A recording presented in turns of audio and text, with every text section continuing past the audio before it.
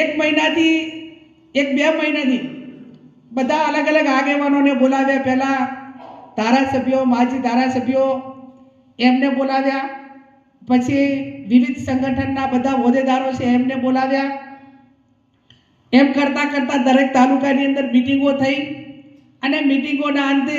એવો પ્રસ્તાવ મૂક્યો કે સમાજના જે રોજના જે પ્રસંગો છે એ પ્રસંગો એ સાદગીથી થાય, અને સાદગીથી થાય તો જ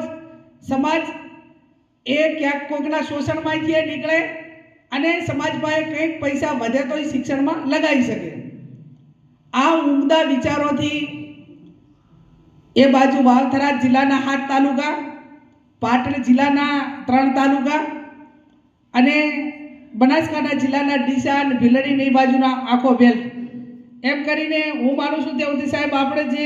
અલગ અલગ મિટિંગોના બધી કરી એ 12-13 તાલુકા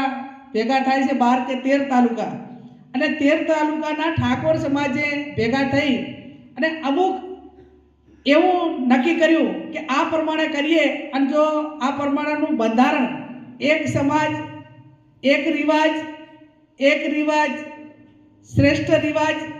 અને શ્રેષ્ઠ રિવાજ એ શ્રેષ્ઠ સમાજ, એક સમાજનો એક રિવાજ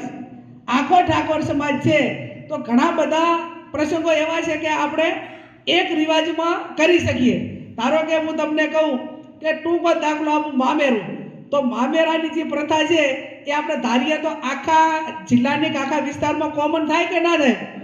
આવા અનેક મુદ્દાઓ જ્યારે બંધારણમાં લીધા છે ત્યારે સગાઈથી કરી અને મરણ સુધીનો આનો એનાલિસિસ કર્યું છે, અને એનાલિસિસ કરીને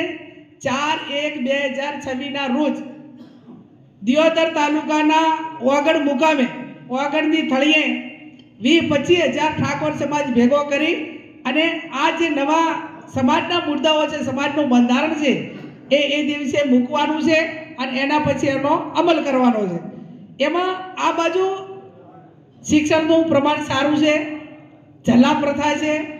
અને જલા પ્રથા છે ત્યારે એ બાજુ થાય છે તો એમાં આ વિસ્તાર કેટલો એની અંદર સામેલ થઈ અને એક સમાજ એક રિવાજ, એક રિવાજ શ્રેષ્ઠ રિવાજ, શ્રેષ્ઠ રિવાજ શ્રેષ્ઠ સમાજ, આનું ઉદાહરણ કઈ રીતે પૂરું પાડે